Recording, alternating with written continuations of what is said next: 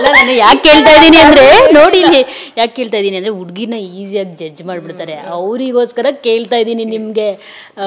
So ಜೊತೆಗೆ ನಾನು ಇನ್ನೊಂದು ಕೇಳಬೇಕು, ಈಗ ಹುಡುಗಿ ಏನಾದರೂ ರಿವರ್ಸ್ ಕೊಟ್ಲು, ಯಾರಿಗಾದ್ರೂ ಕೌಂಟರ್ ಕೊಟ್ಲು ಆಪೋಸಿಟ್ ಇರೋ ಹುಡುಗಂಗೆ ಅಂತ ಅಂದರೆ ಇವಳೇನಪ್ಪ ಇಷ್ಟೊಂದು ಮಾತಾಡ್ತಾಳೆ, ಇವಳೇನು ಇಷ್ಟೊಂದು ಅಗ್ರೆಸಿವು ಅದು ಇದು ಅಂತ ಸಾಕಷ್ಟು ಜನ ಮಾತಾಡ್ತಾರೆ. ಸೊ ವುಮೆನ್ ಅಂತ ಅಂದಾಗ ಅಫ್ಕೋರ್ಸ್ ಅವಳು ಇಂಡಿಪೆಂಡೆಂಟ್ ಆಗಿರ್ತಾಳೆ, ಅವಳಿಗೂ ಮಾತು ಬರುತ್ತೆ, ಅವಳಿಗೂ ಎಲ್ಲದೂ ಮಾಡೋಕ್ಕೆ ಬರುತ್ತೆ, ಟಾಸ್ಕ್ ಆಡ್ತಾಳೆ ಅವಳು ಎಲ್ಲದೂ. ಅನ್ನೋದು ನೀವು ಸಂಗೀತ ತನಿಷಾ ಎಲ್ಲರೂ ಕೂಡ ಪ್ರೂವ್ ಮಾಡಿದ್ದೀರ.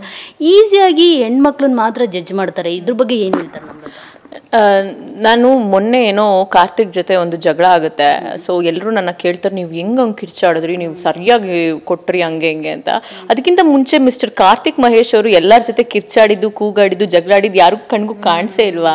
ಅಂದರೆ ಒಂದು ವುಮೆನ್ ಅಂದರೆ ಅವಳು ಸೆನ್ಸಿಟಿವ್ ಆಗಿರಬೇಕು, ಎಮೋಷ್ನಲಿ ಒಂಥರ ಏನು ಯಾವಾಗಲೂ ಕಟ್ ಹಾಕೊಂಡಿರ್ಬೇಕು ಅಂತ ಯಾಕೆ ಎಕ್ಸ್ಪೆಕ್ಟ್ ಮಾಡ್ತೀರಾ? ನಮಗೂ ಫೀಲಿಂಗ್ಸ್ ಇದೆ, ನಾವು ಗಂಡಸರಷ್ಟೇ ದುಡಿತೀವಿ, ಅಲ್ಲಿ ಎಲ್ಲ ಅಷ್ಟು ಜನ ಗಂಡಸರು ವಿರುದ್ಧವಾಗಿ ನಿಂತ್ಕೊಂಡು ನಾವುಗಳು ಟಾಸ್ಕ್ ಆಡಿ ಗೆದ್ದಿದ್ದೀವಿ.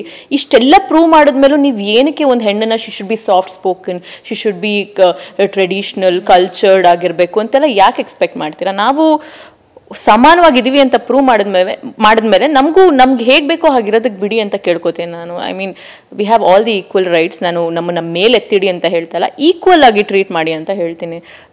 Don't judge. ಅವ್ರು ಯಾರೋ ಕೋಪ ಬಂದಾಗ ಏನೋ ಕಿಚ್ತಾರೆ ಅಂದಾಗ ಇವಳು ಇಂಥವಳು ಅಂತ ಯಾಕೆ ಲೇಬಲ್ ಮಾಡ್ತೀರ? ಲೇಬಲ್ ಮಾಡಬೇಡಿ.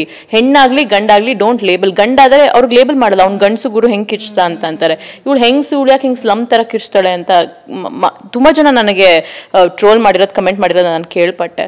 ಲೈಕ್ ಇಟ್ಸ್ ಅಗೇನ್ ನಾವು ಒಳಗಡೆ ಪರ್ಸ್ನಾಲಿಟಿ ಟೆಸ್ಟ್ ನೀವೆಲ್ಲ ಏನು ಮಾಡ್ತಿದ್ದೀರಾ ನಮ್ಮನ್ನ ಒಳಗಡೆ ಇಟ್ಟು, ಹೊರಗಡೆ ಕೂಡ ಇದೊಂದು ದೊಡ್ಡ ಬಿಗ್ ಬಾಸ್ ಮನೆ, ನಿಮ್ಮ ಪರ್ಸ್ನಾಲಿಟಿ ಟೆಸ್ಟ್ ಕೂಡ ಆಗ್ತದೆ ಅನ್ನೋದನ್ನು ಜಸ್ಟ್ ರಿಮೆಂಬರ್ ಅಂತ ಹೇಳಕ್ಕೆ ಇಷ್ಟಪಡ್ತೀನಿ. ಈವನ್